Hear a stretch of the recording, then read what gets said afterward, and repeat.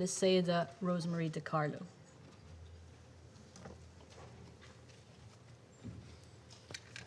Madam President, members of the Council, the State News Agency of the Democratic People's Republic of Korea reported that DPRK launched a new type of intercontinental ballistic missile at approximately 2:34 p.m. local time on 24 March. The missile, so-called Hwasong 17, was reportedly launched from Sunan, an area north of Pyongyang. It covered a range of 1,090 kilometers and reached an apogee of around 6,200 kilometers. It made impact in the sea within Japan's exclusive economic zone. The last time the DPRK conducted an ICBM test was on 29 November 2017. Madam President, the Secretary General strongly condemns the DPRK's latest ICBM launch. This is a flagrant breach of the DPRK's own 2018 moratorium and a clear violation of relevant Security Council resolutions. This launch risks triggering a significant escalation of tensions in the region and beyond. The DPRK has conducted 12 launches using ballistic missile technology this year alone. This is the 5th time the Secretariat has been asked to brief the Council in 2022 in this connection.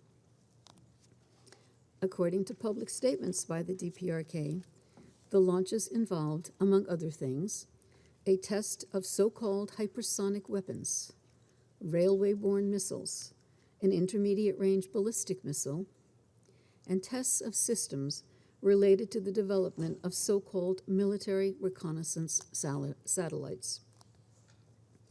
It should be recalled that the Council, in Resolution 2397, reaffirmed its decisions that the DPRK shall not conduct any further launches using ballistic missile technology. The DPRK did not issue airspace or maritime safety notifications for any of these launches.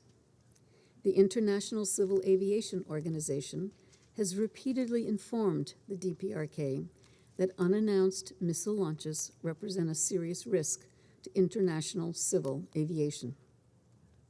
ICAO has also called on the DPRK to act in accordance with the Convention on International Civil Aviation.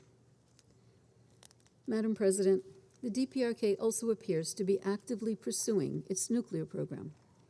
On 7 March, the Director General of the International Atomic Energy Agency reported that there were, quote, ongoing indications consistent with the operation of the 5-megawatt reactor at the Yongbyon site, end quote.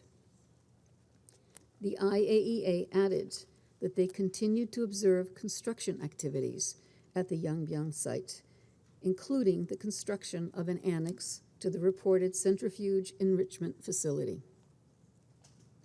The same day, satellite imagery analysis indicated that there was renewed activity at the Pyongyang nuclear test site for the first time since Pyongyang announced its closure and dismantlement in 2018.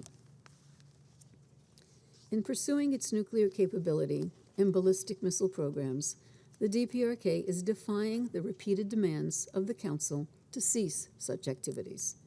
We have consistently conveyed these concerns to the DPRK. Madam President, the Secretary General reiterates the importance of addressing humanitarian imperatives in the DPRK. The United Nations remains engaged and stands ready, along with its humanitarian partners, to assist people in need in the DPRK, whose vulnerability has likely increased since the pandemic outbreak and border closures in 2020. We reiterate our call for the entry of international staff, including the UN Resident Coordinator, and the unimpeded entry of humanitarian supplies to allow for a timely and effective response.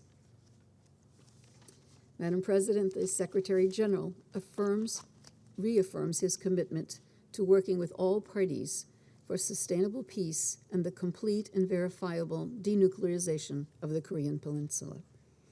He urges the DPRK to comply with the decisions of the Council, reset the course to dialogue, and build on previous diplomatic efforts. Further, the United Nations welcomes the regular contact and cooperation among the key parties on the Korean Peninsula. We commend the parties for their willingness to engage in dialogue with the DPRK without preconditions. Madam President, let me close by reiterating that the unity of the Security Council in this matter is essential to ease tensions, overcome the diplomatic impasse, and avoid a negative action-reaction cycle. Thank you, Madam President. أشكر السيدة ديكارلو على إحاطتها. أعطي الكلمة الآن